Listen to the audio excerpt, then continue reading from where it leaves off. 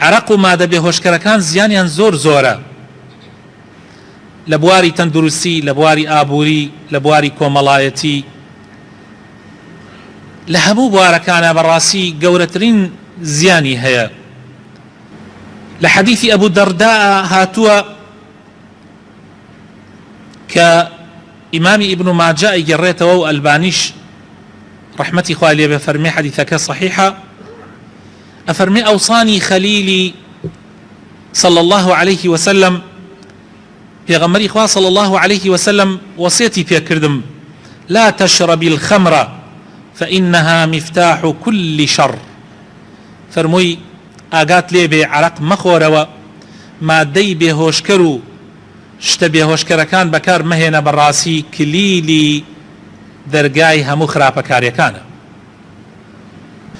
لە حەدیثی ترا هاتووە پێغەمبەر فەرمێ صلى الله عليه وسلم کە هەر صحیحە حەدیثەکە، لە صحیحی جامعە شێخ ئەلبانی هێناوێتەوەی الخەمر أم الخەبائث، لە عەبدوڵڵای کوڕی عەمری کوڕی عاسەوە ئەیگەڕێتەوە کەوا پێغەمبەر فەرموویەتی صلى الله عليه وسلم عەرەق دایکی هەموو خراپەکاریەکانە، هەرچی پیسی هەیە ئەساسەکەی دایکەکەی بریتیە لە عەرەق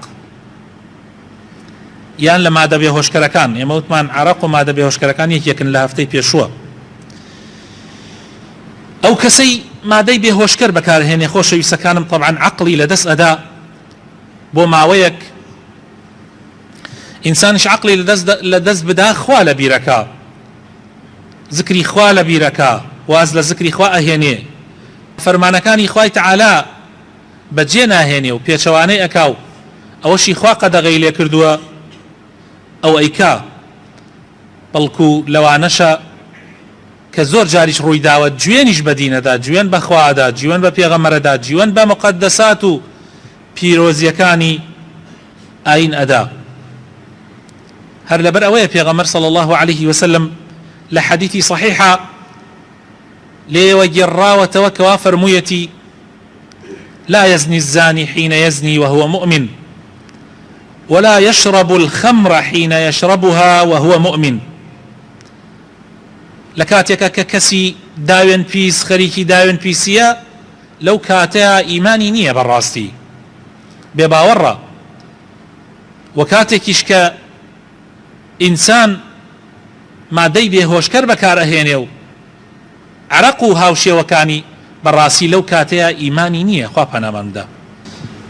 يكيك لبيشينان پرسیاری لە کابرایەکی عەرەق خۆر کرد، وتی بۆ عەرەقە خۆیتەوە؟ وتی لەبەرەوەی ئەو خواردنەی ئەی خۆم هەزمی کە، یعنی هەرسی کە بیهاڕێ.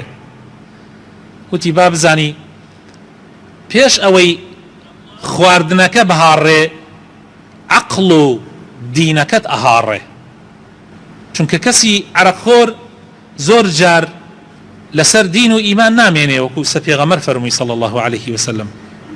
و كاتيك ألين دايكي همو خرابا كاريكانا بيقومان كليلي درقاي زيناو قتلو دزي عرق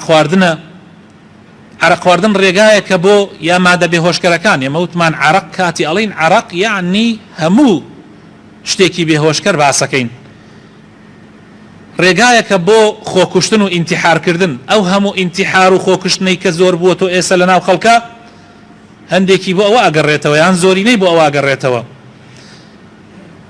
ئیهمالکردنی ماڵ و مناڵ، ئیهمالکردنی خێزان، ئیهمالکردنی کار و وەزیفە، ئازاردانی دایک و باوک، ڕووداوە هاتوچۆکان و زۆرێک لە خراپەکاریەکان بەهۆی ئەوە ڕوئەدا.